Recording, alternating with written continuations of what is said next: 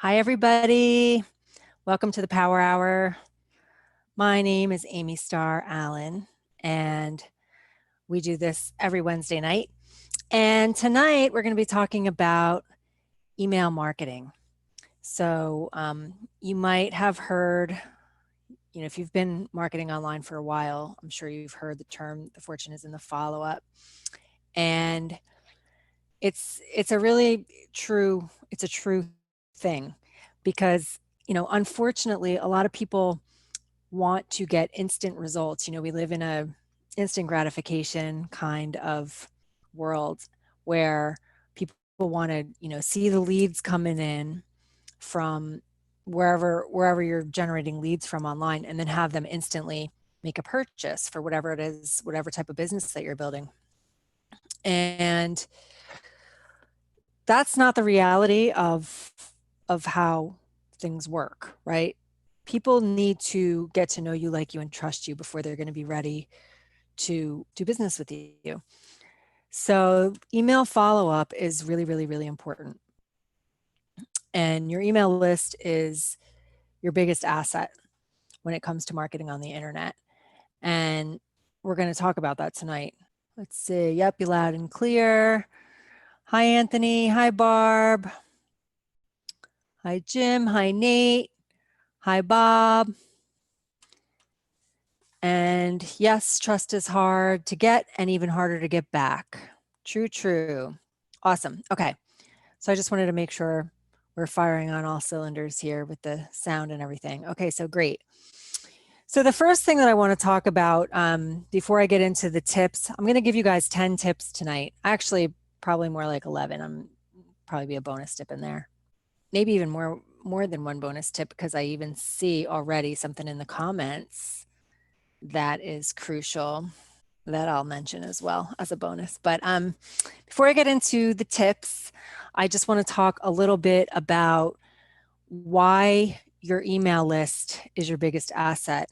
A lot of people just want to do everything on social media, and it's really interesting, actually. Where I live, a lot of people don't even have websites. I feel like I've kind of gone back 10 years in time when I moved here from a place that was really technologically advanced before moving here. And everybody's operating off of Facebook groups and pages. And like, that's how they do their whole business. And unfortunately, a lot of people feel like that's, the most important place to market your business. And I just want to touch on that for a second, because I completely disagree with that. I do love social media marketing, and I think it's an incredible resource and tool that we have access to. But I believe that the most important thing that we can be doing for our business is building a list of subscribers that we have a way to stay in touch with. And on social media, we can build an audience on social media, but in order to be in front of our audience there, we are subject to what happens to be going on with the algorithm in that moment in time. And the ins and outs of the algorithm are always changing. Plus, sometimes it's just hit or miss, right? I mean, have you ever posted anything on social media and like it got no engagement, and another time it gets tons of engagement?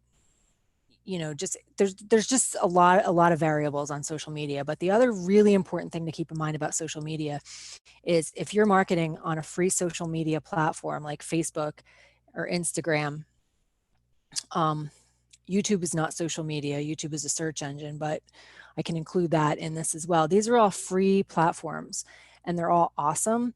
But when you're marketing on a free platform like that, you don't actually own your list when you're marketing on a platform like that, because at any time, Facebook can shut your account down. And I know there's probably some people on here that have had that happen. I've got sent to Facebook jail. So you don't, it's not your following on social media is not really an asset if you think about it, because you don't actually own it. Whereas your email list is something that you own. It's something that you can take with you wherever you go. So in other words, I've been marketing online for, I guess it's been like 16 years now. And I started building my email list back when I first started marketing online. And there's people that are on that list that have been on that list for a long, long time that have followed me through all of the different things that I've done and all of the different stuff that I've marketed over the years. My email list follows me around, and people can unsubscribe if they don't resonate, but it's something that, is yours. It's something that you own. And like I said, the fortune is in the follow up. Having people that you can email is the easiest way to stay in contact with people and follow up with them in a sequential way, in a way that makes sense according to what their interests are. And we'll talk about that a little more as well tonight. Like, if someone opts in for a specific like free guide that you have, then you're going to be following up with them about stuff that's in that same niche, stuff that's relevant to them. And you can do it in a way where they're getting the emails in the right order and all of that kind of stuff. If you're marketing on social media, not everybody's going to see your post every time you post. And so it's just a lot more hit or miss. So those are some of the differences. And that's why I just wanted to clear that up. I'm not knocking social media. I love social media. But even if you're marketing on social media, I still am a huge believer that you should be capturing leads. Like, you should have a place on your Facebook page to capture leads and get them over onto your email list so that you can do all the things that I'm going to talk about tonight.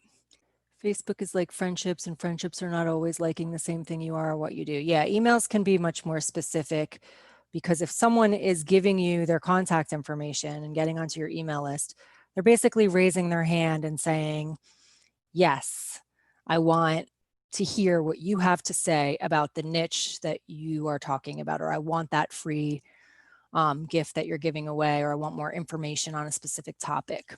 Yes, Bob, you are correct. That's another big difference between social media and email. Now I'm going to go through 10 different tips that you can use, that you can implement in your email marketing that will make a difference. And these are all things that you can do right away, starting right away. So the first thing that I'm going to talk about is, the first tip is that your mindset is the most important thing. Like, your mindset is more important than anything tactical that me or anybody else can teach you about email. And I am going to get into some tactical stuff tonight, but I wanted to start off by talking about mindset because I think this is the biggest tip that I can give you, and it's where I've seen the most growth in my own business. And so what do I mean by this? What I mean by this is that when you are marketing via email, a lot of times what happens is we get into this mentality where we're subscribed to like all these different lists of all these different marketers. Probably a lot of them have been marketing for longer than we have, or they're more experienced in their niche, or maybe they're in the same niche as us and they have more experience than us. Maybe they're more eloquent in the way that they speak or write, or they have a different sense of humor and we're like, we wish that we had more of a sense of humor or whatever. Like, we tend to compare ourselves to other people. And that is the biggest mistake that you can make. The whole purpose behind email marketing is to create a relationship with the people on your list and to help them get to know you, like you, and trust you. So if you're trying to like just copy what other people are doing or be like somebody else, they're not going to be relating to you. If they are relating to you, they're relating to who they think you are, not who you actually are, because you're not being authentic. So, what I'm talking about here with this tip is to just be yourself and be relatable. When I say be yourself, I mean be authentic, be transparent, don't be afraid to be vulnerable, and really try to catch yourself when you're trying to write your emails like someone else writes their emails, or just take on somebody else's personality traits or anything like that. The most important thing that you can do is be yourself. And being relatable is super, super, super important. So what do I mean by relatable? By relatable, I mean like letting people know who you are so that you can create a background of relatedness. So, a background of relatedness is just, when you let people know more about your personality than just your business, it gives people something to connect, like different levels to connect to you from. So, for example, I talk about different things that are like big parts of who I am. Like I talk about my kids, the fact that I'm a single mom. I play the guitar, so that comes up sometimes. I like to box. Um, I have videos of me hitting my heavy bag, whatever. Like all that kind of stuff is parts of who I am. And so what happens is when I share pieces of myself with my audience, people in my audience, different people kind of relate to different parts of who I am. I am a lot of things and I have a lot of interests and a lot of personality traits and stuff like that. But when you really share yourself, you give people more things that they can actually relate to about you. So over the years, I've attracted people that, play the guitar. They they feel like they can connect to me because they play the guitar. I've attracted a lot of single moms into my businesses, or people that like boxing, or people that have dogs, or you know what I mean? Like just because I'm not afraid to share myself. That being said, even if you're letting people know who you are and your interests and stuff, it's still possible to get caught up in that comparisonitis, in the sense that you're letting people know the things that you like, but you're not really speaking in your own voice. So what I found is I should say, the less that I care how my message is going to be received, or who might not like what I have to say, or who I might turn off, or who I might turn away, the more I succeed in my business. So what happens is when we're true, when we really speak our voice and we're really true to ourselves, and we really like let it all hang out and let people see who we really are, we will turn some people away. There are going to be people that are going to be turned off by your opinions, or the way you sign your emails or whatever. But that's okay, because those aren't your people. What will happen is when you're really, really, really authentic, the right people will follow you forever, because they're going to really feel connected to you.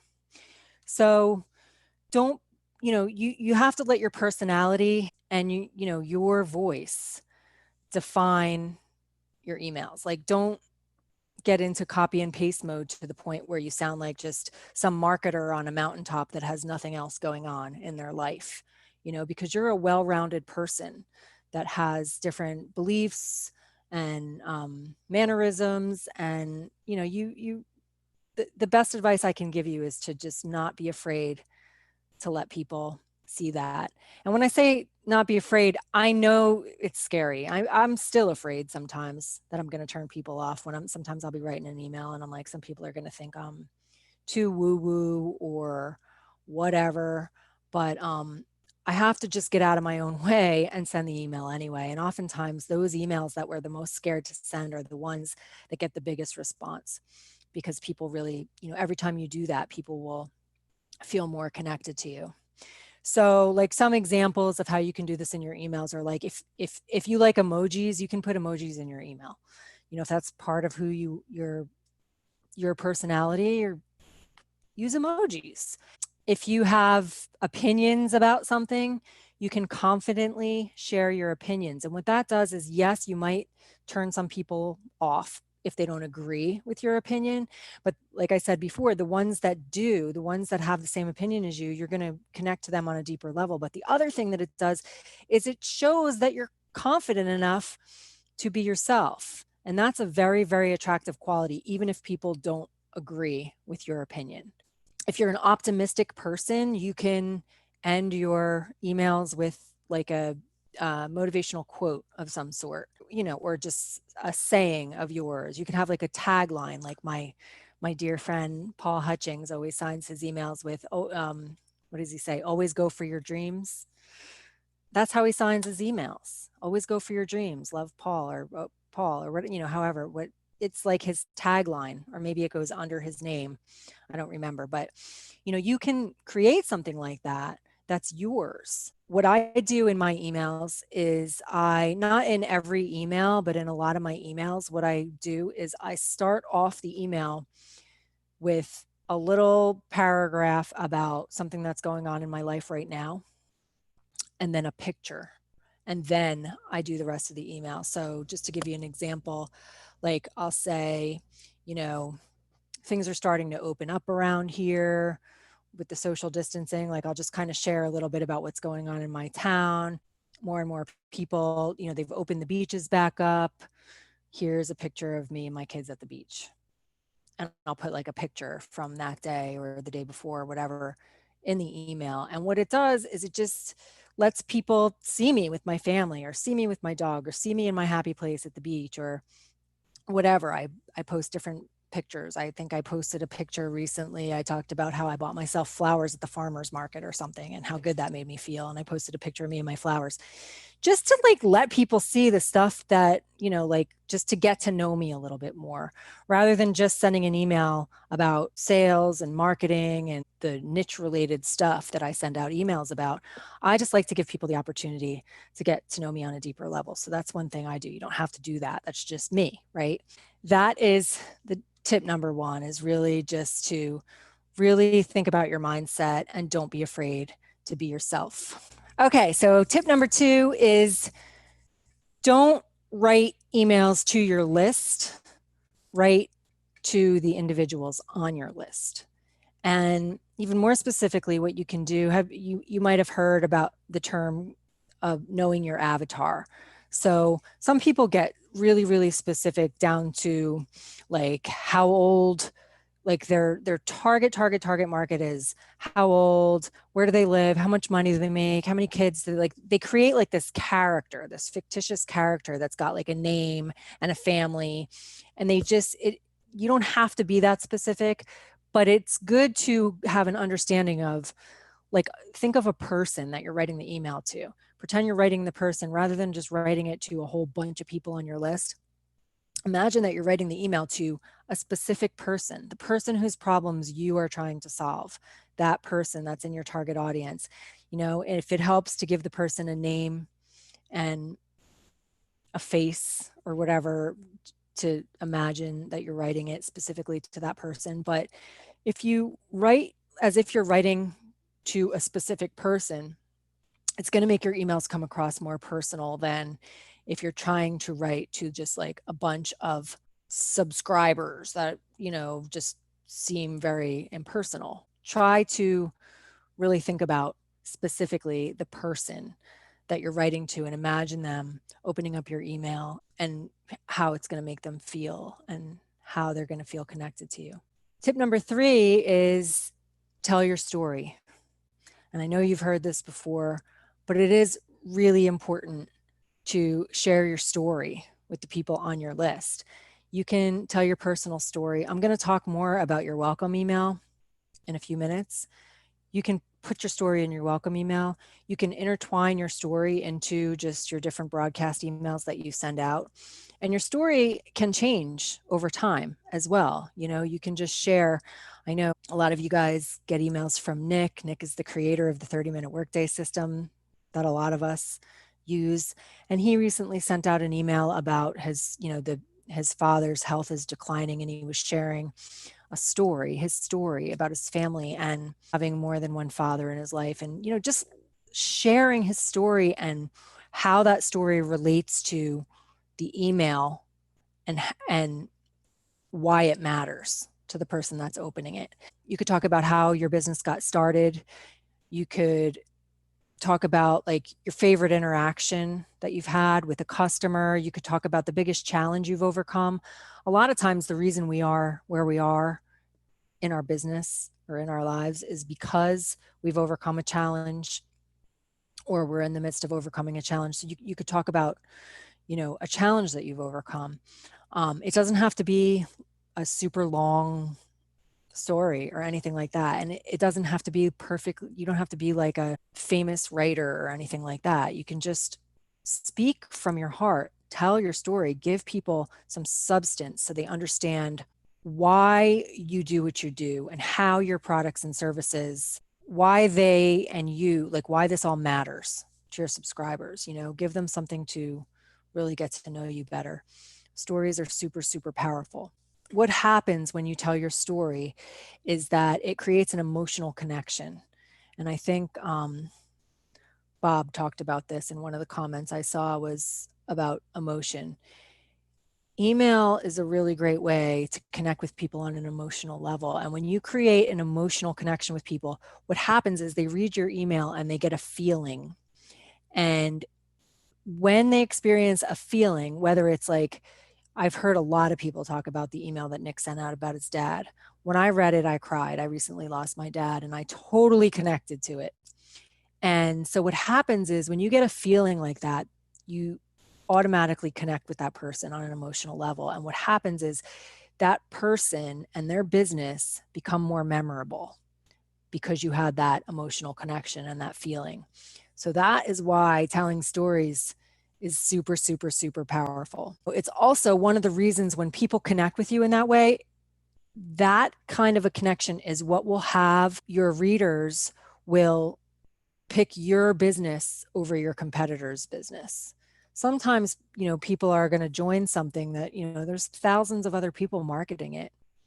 But if you create that heart to heart connection with somebody, they're a lot more likely to want to join you.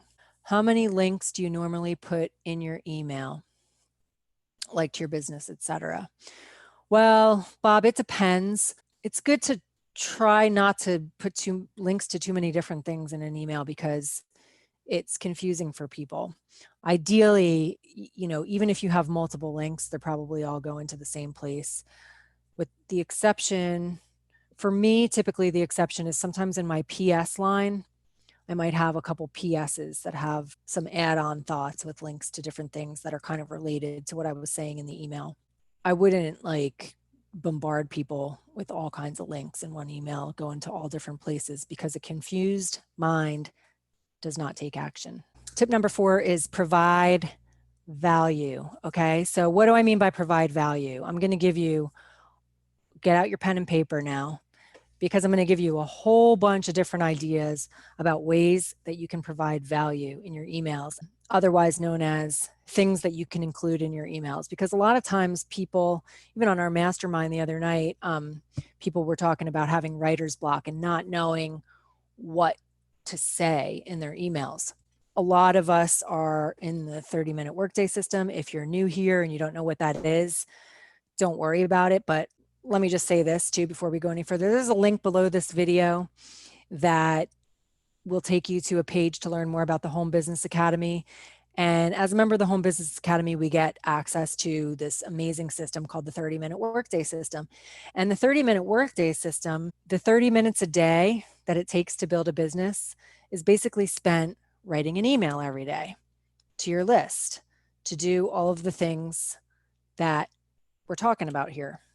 So on our mastermind the other night, people were saying, I don't know what to send to my people. Like, what am I supposed to send every day?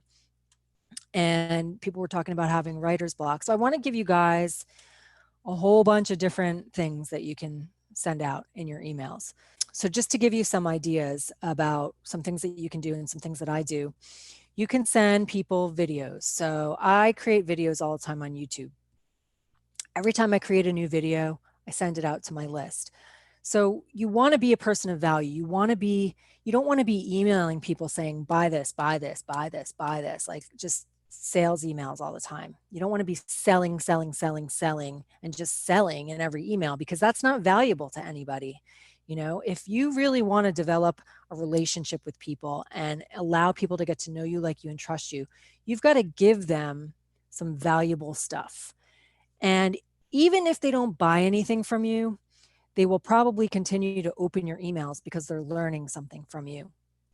And maybe, and I've had this happen, people might end up sitting on your email list for a long time. I've had people on my email list. I remember somebody joining me in one of my businesses that I had and said, they told me that they had been on my list for 4 years. It took them 4 years before they ever did anything with me. But I just kept sending them value. And it's just a great way to build trust with your audience and to, It'll help your open rates if they know that they're going to learn something when you email them, you're sending them something valuable. So think about different ways that you can provide value. So videos, if you're somebody that makes videos, it can be YouTube videos, it can be Facebook Lives. Like if you go live on Facebook and you're sharing something, something that you learned in this training tonight, or something that you learned on the Monday Night Mastermind, or something that you just read in a book or whatever, you can go live on Facebook and share some value, right? On Facebook. Then you can take that video and you can email your list and give them a link to that video. Write an email to them and let them know that today you went live and talked about how to XYZ, or this new really cool thing that you just learned or whatever. And then put the link in the email and send them over to watch your Facebook Live. Put the link to your latest YouTube video. Let them know that they're going to learn what they're going to learn in that video. Podcast episodes. If you're someone that podcasts, you definitely want to email your list and let them know that you have a new podcast episode. Let them know what it's about, what they're going to learn, what they can expect. Quotes, a lot of times, like an inspirational quote is something that can inspire us enough that we have like it inspires a lot of like thoughts and emotions for us that we can create into an email to just send our list to inspire them. An email doesn't have to be a long drawn out thing. It can just be something quick and inspiring, again, just to make somebody's day and keep you top of mind and have them, again, just happy when they see your name show up in their email inbox. Webinars, tutorials, workshops. Like if you're doing a webinar and you're going to be teaching, like tonight, for example, I emailed my list 3 times, once yesterday and twice today, about this training, right? Letting them know I'm going to go live. I'm going to be teaching about email marketing. So if you're going to, you could do a training like this, or you could do some type of a webinar that people have to register for or whatever, but you want to email your list and let them know. Anytime you're doing anything that's providing value, you want to invite them to check it out. Industry news. So, just keeping people in the know. I've used to send out a lot of emails. I used to be, when Facebook was first kind of taken off, I was going to all these masterminds about like all the changes that were happening with Facebook. I knew what was going to happen before it would happen. So every time I would get some insider information, I would email my list and let them know this is about to happen. We're about to have these covers on our Facebook page. I don't know if you guys remember when we didn't used to have those. And this is how you can design one. And these are what the dimensions are going to be, whatever, just industry news, any kind of updates, anything that you can help, give value to your audience and let them know that you are somebody that pays attention to what's going on in your industry. Instagram posts. If you like to post on Instagram and you write some really cool, like longer captions that teach or train or inspire people, you can repurpose that content and put it in your email. You can take the entire thing, that caption for Instagram, and make it into an email. You can even put the Instagram image in your email and send it out. It's good to repurpose that stuff so that it's, especially if you take the time to write something really good for Instagram, you want to, you might as well post it on, if you're on any other platforms like Facebook or whatever, share it on Facebook too, write it in an email, put it everywhere so as many people as possible can see it. Facebook Live videos, I mentioned already, tweets, same thing, just like Instagram. If you're tweeting about something, that's something that you can easily send out in an email as well.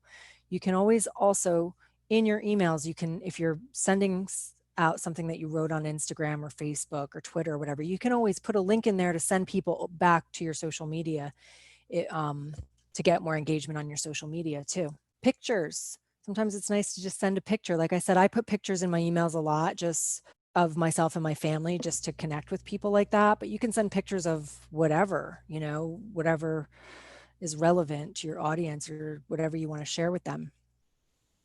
Book recommendations. So if you're reading a really good book that you think would be helpful for the people on your list, send them an email. Let them know about the book you're reading and how it can help them. Questions and answers. So if people have asked you questions, you could answer the questions in an email. Like you could say like, Katie sent me this question today and here's what she asked, and then you can answer it, and you can do that all in an email so that if anyone else has that question, you're providing value to them because you're doing like a Q&A right in the email. Special offers or deals. So if you have something that's, maybe you're offering a discount on something for a limited time, or, I know in the Home Business Academy, we did like a big Black Friday, like a 1-day, 24-hour, I think it was, like Black Friday deal of some sort. And I emailed my list like crazy. And I was on vacation. I was away for Thanksgiving, but I sent out a couple emails and I made a bunch of sales because it was like a special promotion that was time sensitive. That's a great thing to send out in emails. Events. Anytime there's any type of an event that you can either invite people to or share about, like maybe you went to an event, you can share your takeaways, or, just it's good to let people see that you're doing that kind of stuff too, because it shows that you're committed to your craft and that you're always learning and that you're surrounding yourself with people that are, might know more than you do, or like-minded people and stuff like that. So share that kind of stuff in your emails. Stories, any kind of stories. It's, as we go through our days, sometimes something will happen in our day that we can make into, that we can share with our email list in a way that it's relevant and could make a difference for the people on our list. Tools. I share tools all the time in my email, like the one I was just telling you about with the button below this video is the HBA funnel builder. The page that you're watching this video on right now is built inside of the HBA funnel builder. And it's my favorite tool that I've ever owned for my business. And it does everything. Like it builds pages, it builds opt-in pages, it builds pages like this, membership sites. It has a booking widget now where you can schedule appointments. It does all this cool stuff. So actually just yesterday, I made a YouTube video where I showed one of the features of the funnel builder that I love, the booking widget. And I sent out an email to my list letting them know about this tool, because a lot of people need a tool like that for their business. So anytime I find a tool that can benefit the people in my target market, I want to share it with them and let them know about it. And just as a side note, most of the tools that we use as online marketers, most of them, if not all of them, have affiliate programs. So when you share stuff like that with your audience, you can always use your affiliate link. So if somebody does purchase the tool that you're recommending, you make a commission, right? You can do like like plans or steps. Maybe you send out an email with a quick step-by-step, here's how to quickly do, and you just put some steps in there to teach some quick how-to about something. Courses. If you've created a course, you want to share that with your list, obviously. Maybe you're taking a course and you want to share some of the things that you're learning inside of that course. I know Mike Hobbs is really, really good at that. He's constantly, paying for courses and masterminds and trainings and stuff like that, and taking like nuggets of it and then like offering it up to his list. I mean, that's super valuable, to be sharing some of the things that you're learning as you go through your courses. Blog posts and articles. That's the other thing that I love to do is blogging. And I repurpose my stuff everywhere. So when I create a YouTube video, it goes on my blog. Anytime I create a podcast, it goes on my blog. Anything that I do that goes on my blog, I email my lists and I send them over to my blog. I let them know, like I have a new post on my blog about XYZ. Sometimes it's going to be very niche related stuff, but sometimes I post personal stuff on my blog too. And I still let my list know, because again, I'm letting my list into my life. Like I took some video footage and made like a video montage from a 10K race that I ran with my kids on Memorial Day a few years ago. I made like this really cool video with like a music soundtrack and stuff. And I put it on my blog, and I just, I wrote some content to go with it or whatever. And I sent it out to my list. It's a way to engage with my list and let them see some of the stuff that I do when I, besides just marketing a business. But I also always send out any blog posts that I do that are niche specific, which is most of my blog posts. So I'm constantly letting them know. It's just, again, I'm not selling them anything. I'm just letting them know that I have a valuable piece of content on my blog and sending them back to my blog. You could send your list a survey. Surveys are easy to create. There's a lot of free platforms. SurveyMonkey, what's the other one called? Woofu, I think. There's a bunch of them. You could Google it. And, you can send out a survey to your list asking them some questions so that you can get some information from them about the type of content that they'd like to see you create, or how you can help, or anything like that. Any kind of survey. Behind the scenes, it's nice to share kind of what's going on behind the scenes in your business or in your life with your audience. So that's something else that you can always share with your audience.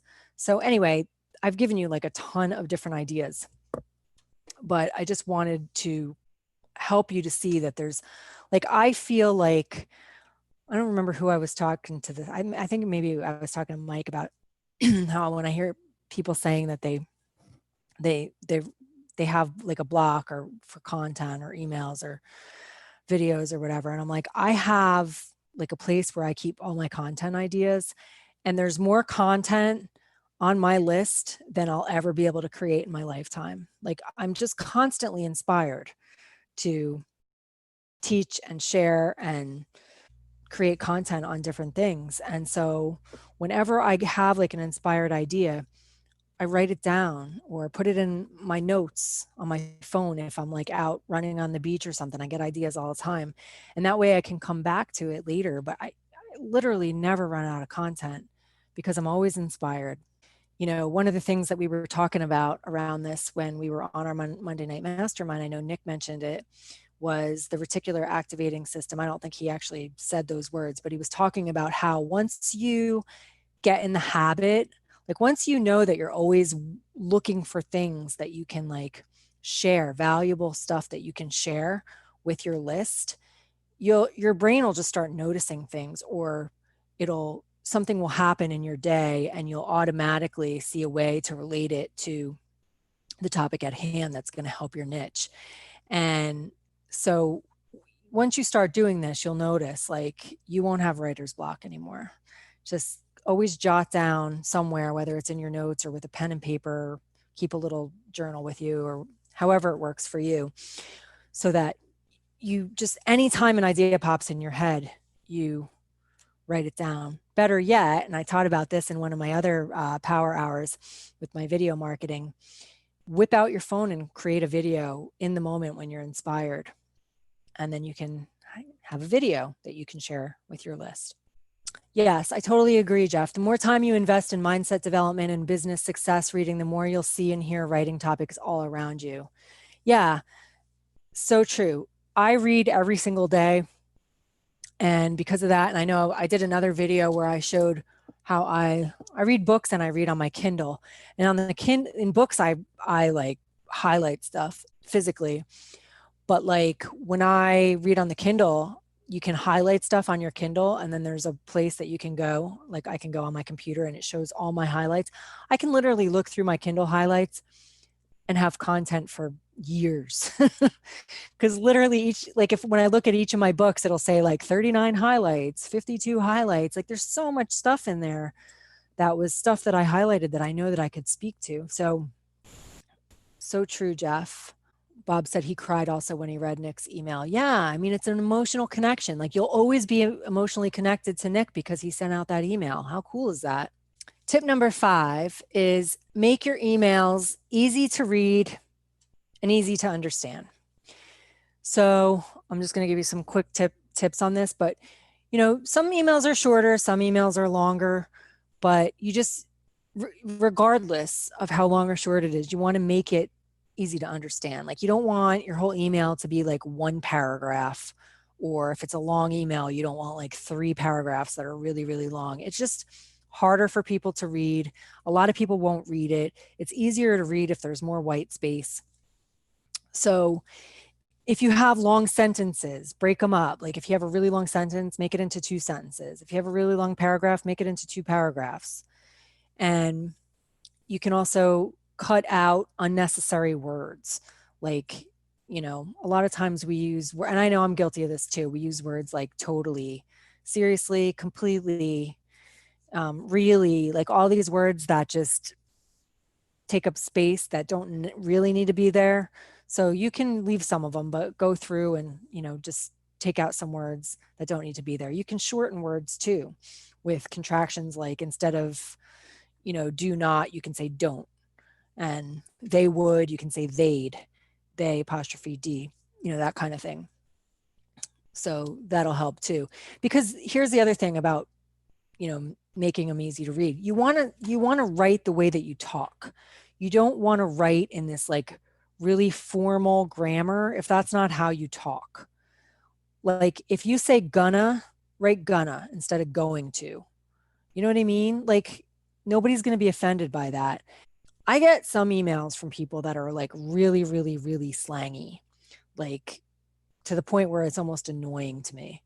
But I know that some of the people that read those emails really resonate because, again, that's somebody being really authentic. So you want to write the way that you speak. That being said, you want to make sure that you use like terms and words that your audience will understand. You don't want to use a bunch of jargon.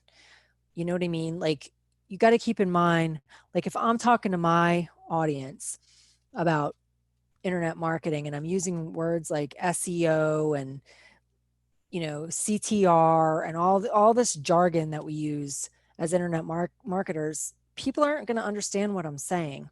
And as a matter of fact, I have followed people on YouTube simply because like I remember trying to learn something. It wasn't even related. It wasn't related to online marketing. It was like I was trying to figure out how to like do something handy, since I've been divorced and I don't have a husband, sometimes I have to go to YouTube to learn how to, replace the screen on my screen door or change a drill bit or whatever, like all the stuff. Like I go to YouTube and if I land on somebody's video and they're saying all the stuff that I don't understand what they're saying, I mean, I'm not a handyman. So like if they're using these like terms that I don't understand, I leave and I go find a video with somebody that's like speaking layman's terms to me because that's what I need. So I really, really recommend that you do that in your emails. You don't want to use a bunch of jargon because you're going to scare people away. Not everybody's going to know what that stuff means.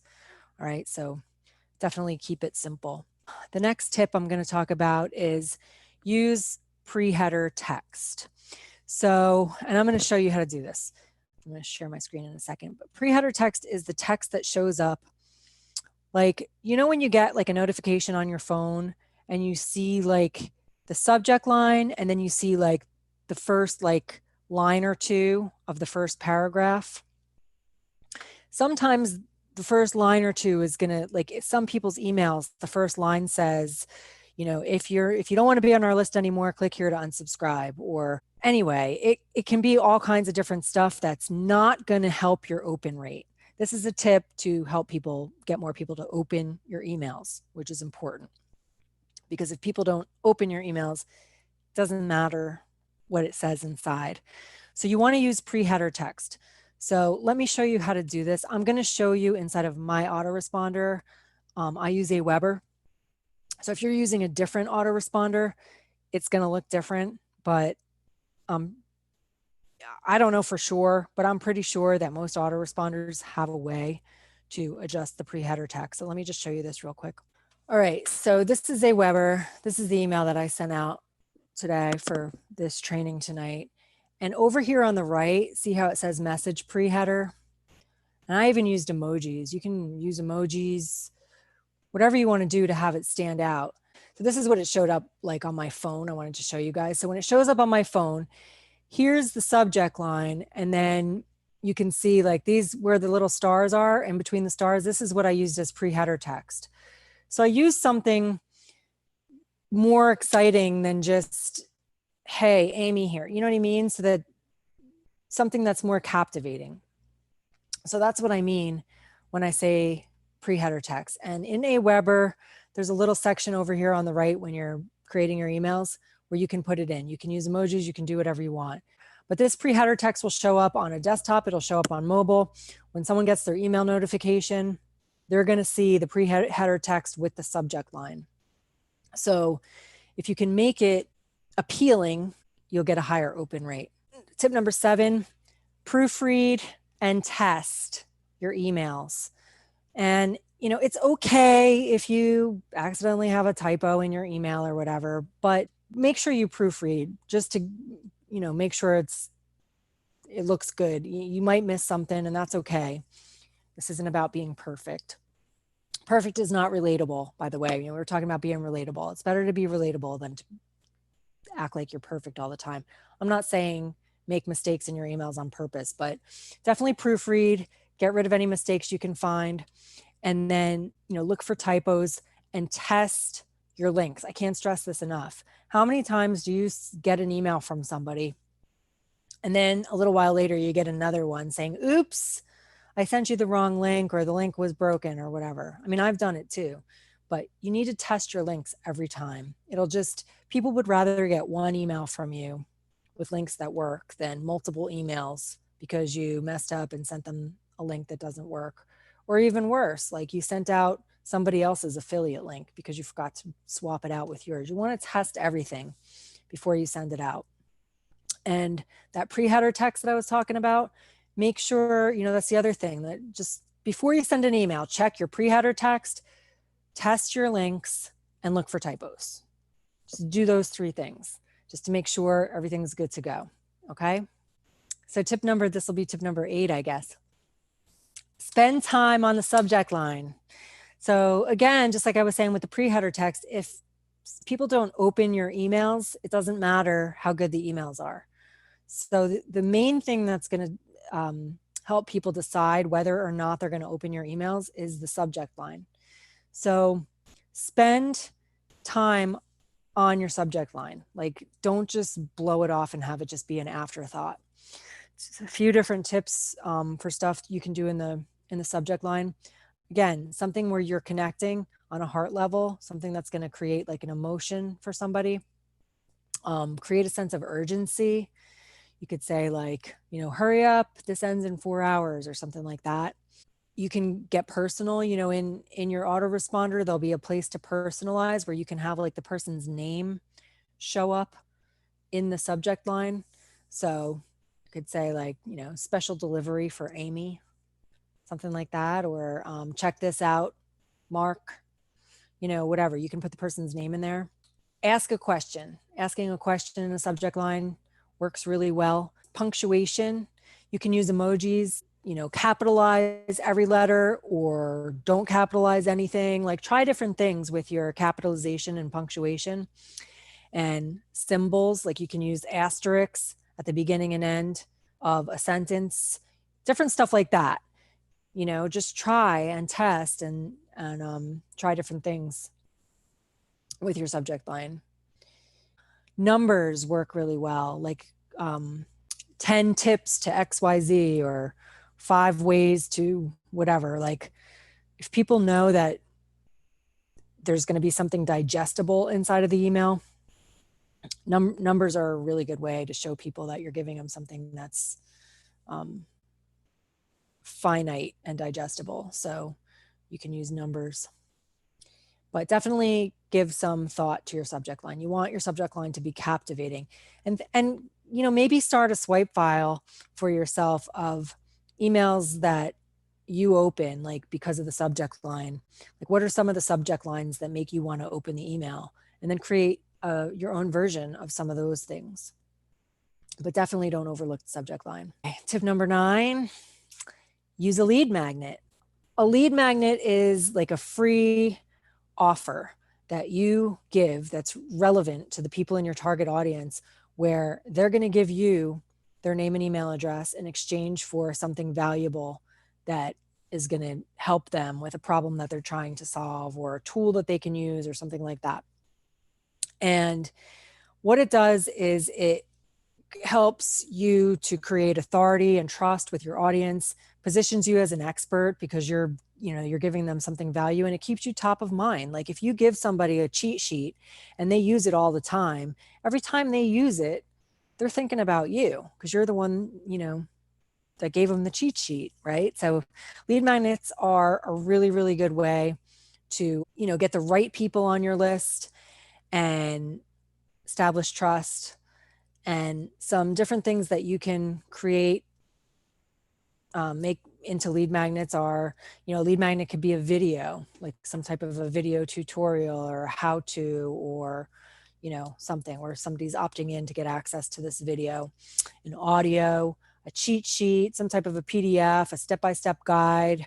It could be like a selection of curated blog posts that are going to help them on a certain topic, an infographic. An infographic is something that's easy to do, that it's like one page, but it's something that if somebody is going to keep it handy because it's going to help them with something, and it's got your name on it, and they're just going to be so grateful for that. A video or a podcast episode, some type of a template, a checklist. Anyway, there's all kinds of stuff that you can create lead magnets out of. Here's a couple of mine. 20 simple free offer ideas that you can use to generate leads online. People put in their name and email address and they get this little PDF. Here's another one, a free report to help people get more engagement on Facebook. So this is what I mean. So these people that get on your list now, because I'm going to talk about the welcome email. So it's important that you understand what a lead magnet is, because in your welcome email, you're going to be delivering what they're opting in here for. The next tip, which I think is tip number 10, but I'm going to give you at least one more, probably two more after this one, is set your subscribers up for success and yourself up for success with a great welcome email. So a welcome email is the first email that somebody gets when they opt into your list, right? So if they're opting in for one of your lead magnets, if they're opting in for my Facebook engagement guide, in the welcome email, I'm going to give them access to that guide. I'm going to give them a link where they can download it, right? But some other things that you can do inside of your welcome email. First of all, I don't recommend selling stuff in your welcome email. Your welcome email is your first opportunity to start that relationship with somebody. So you just want to give them value. If they've asked you for something, like if they've opted in for your free PDF or a free video or whatever, you're going to give it to them in the welcome email. But here are some other things to do in your welcome email for best results. You're going to thank the person for joining your list. Like I was saying before about telling a story, introduce yourself. Let people know who you are. Maybe tell them a little bit of your story and why you do what you do. Tell them a little bit about your business. Set expectations. Let people know like how often they're going to hear from you or what type of content they can look forward to from you. Like let them know, like, I'm going to keep you posted every time I create a new blog post or podcast episode. You'll be the first to know. And, every week I post a new video on YouTube, and you'll get an email from me letting you know, and just let them know what to expect from you. Deliver your lead magnet if you have one. The other thing that's good to do in your welcome email is include your contact information. Let people know how they can get in touch with you. Your social media handles, your phone number, if you want people to have your phone number, your email address, your website, any contact information so that people know that you're available. All right, here's another really good tip that's going to take us into the next tip, but this is part of your welcome email. Setting your subscribers up for success is asking them to whitelist your email address. If people whitelist your email address, the chances that they're going to get your email in the future, all of your emails, is much, much, much greater. If people don't get your emails, then it's just not going to do anybody any good. So there's a couple different ways to show people how to whitelist your email address. You can put the instructions right in the email, like right in the welcome email, and say like, please whitelist my email address, and put your email address there, and add me to your contacts list. And by adding me, you're going to ensure that my messages make it into your primary inbox. You can let them know, or they can just hit reply and say hi. If they reply to your email, you're going to be whitelisted. So one of the things that I do is I just ask a question. Like I'll say, please reply to this email and let me know the number one thing that you struggle with when it comes to marketing your business online, or whatever it is that your niche is. Give them a reason to reply. That'll automatically whitelist them. But here's another tip. Okay. So this is going to be really helpful. So one of the things that I do, I created a blog post. It's just like a page on my blog. It's not really a blog post. I'll show this to you, where I show the steps of how to whitelist an email address. And I link to it in my welcome email on some of my lists.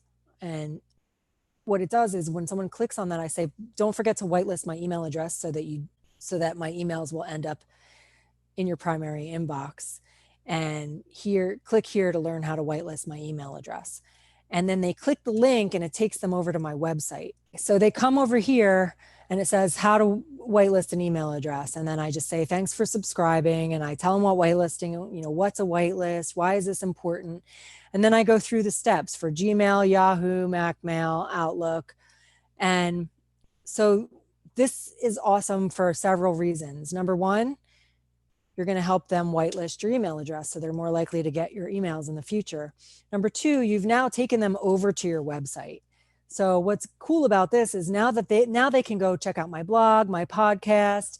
They can see, like, I've got, my lead magnets, like I was talking about, and all the different stuff that I offer. Like, they can click on this stuff on my banners, and it's going to take them, they can become a member of the 30-minute workday, or they click here, they're going to get my Facebook guide. I have a Facebook group that they can join. So you want to send people over to your website, right? So if you have a little tutorial on, this is just a few paragraphs, how to whitelist an email address, it's a good way to send people over to your blog. You're giving them something valuable because you're teaching them how to do this. It's a new skill they're going to have, but also they're whitelisting your email address. So they're much more likely to get your emails in the future. And again, another really easy way to get people whitelisted is to ask them to reply to the email and answer a question. You could even say, reply to this email and tell me what you had for breakfast today, to make sure that you whitelist yourself. Just be creative. Do it whatever fits your personality. All right. So I guess the last tip that I have for you guys is to automate. You can automate some of your emails. So you want to be sending out broadcast emails all the time. Most of the stuff I talked about tonight, the welcome email is automated, but a lot of the stuff I talked about tonight, where you're sending out blog posts and YouTube videos and stuff like that, that's happening in real time, those are broadcast emails that you're manually sending out that are time sensitive. But you can also automate a lot of things. So anything that's evergreen, so anything that is like relevant year round and isn't time sensitive or anything like that, you could, again, the welcome email is something that's going to be automated. You could have, when someone opts in for a specific lead magnet, or even just to your newsletter, or however they get on your list, you could have a series of emails that just educate them about something that's relevant to the reason that they're opting in the first place. And those emails could just be automated. So, in the 30-minute workday system, if somebody opts into the 30-minute workday, we have 3 or 4 emails that people can, that we put into our autoresponder right away, so that people get more information about the 30-minute workday for the first few days right after they opt in. After that, it's up to us to broadcast and provide value for people. But the first few emails can be automated. Another thing that you can do is you can have an email that goes out that just like tells your story. So like after the welcome email, maybe you send another email that's automated to introduce yourself on a deeper level and tell people your whole story. Another really cool thing that's good to automate are case studies and testimonials. These are things that you can also send out as broadcasts, As a matter of fact, it's a great thing to send out. And I should have said that before when I was giving you all the ideas, but like anytime somebody, that you've worked with or somebody that has a success story, it's good to share that with your list. And what I usually do is if it just happened, I'll send it out as a broadcast email, but then I'll also move it into my follow-up sequence so that it goes out, make sure that it doesn't have any kind of dates or anything in it, and then have it go out as part of your automated emails so that people, you can start to build up some testimonials that are automated that just get sent out to your list. Because otherwise, if I send out a testimonial as a broadcast today and somebody opts into my email list tomorrow or the next day, they're never going to see that testimonial. But if I put it in my email sequence of automated emails, and it's like email number 5 in the sequence, then that person in 5 days from now or 10 days from now, or however many days I have the email spaced apart, even if they opted in after I sent out that awesome testimonial, they're still going to get it because now I've moved it into my automated emails. So does that make sense? It's just a good way to repurpose some of your broadcast emails if they're evergreen and if they can make a difference for future subscribers. You want to have a combination of both. Automation is good because that way people are getting content from you, even if you haven't sent anything that day, or, you want to make sure you give people enough information about yourself and about your business and whatever it is that you're promoting right out of the gate. That can all be automated. And then the broadcast emails are a really good way to keep people constantly be providing value in real time with people. Those are the tips that I have. One more that I saw somebody mention in the comments that I was going to mention was consistency. Somebody mentioned something about being consistent in the beginning. So that could be a tip as well. If you aren't consistently emailing people, you're going to lose trust. Being consistent is one of the best ways to help people learn to know you, like you, and trust you. They're going to start to expect to hear from you on a regular basis, and it'll be weird if they don't. If you only email people once every blue moon or whatever, it's just not going to be as effective. So consistency is key. Yes, the free book inside of the 30-minute lead workday is a lead magnet. That's what I have on my, I actually have it at the bottom of all my blog posts. And I have it, the other thing I was going to say is, well, first of all of my lead magnets and that 30-minute workday one have been created inside of the HBA funnel builder, which you can get more information about if you click the button below. But yeah, I put links to all of those things in my YouTube videos. All right, so here's one of my YouTube videos. So you'll see, like, this is a live demo of the funnel builder. So I've got a link to the funnel builder. This is an affiliate link. But then I'm also talking about the 30-minute workday system in this video. So I've got my affiliate link, a link here for a capture page that's going to take people where they can, is it this one? Yeah, it takes people here. So this is a lead magnet. When someone puts in their name and email address, they end up on my list, right? But then in my YouTube description, I have tons of links. Like I always have the links and resources mentioned in this video. So anything I mention in the video, I put at the top and I put at the bottom. And then I always have additional resources, and I have all of these other lead magnets in here, like my free guide to help you generate leads online, free lead generation system for business owners. That's the 30-minute workday. My daily themes to increase Facebook engagement. That's the other one that I showed you guys. So I've got all these in here. I also pin a comment to the top of the comments on my YouTube videos that also has a link to a capture page. So I'm capturing leads on YouTube every time I post videos. I don't even do paid marketing at the moment. I haven't done paid marketing in quite a while. I was doing Facebook ads back in like March, but right now all of my leads come from my blog and YouTube.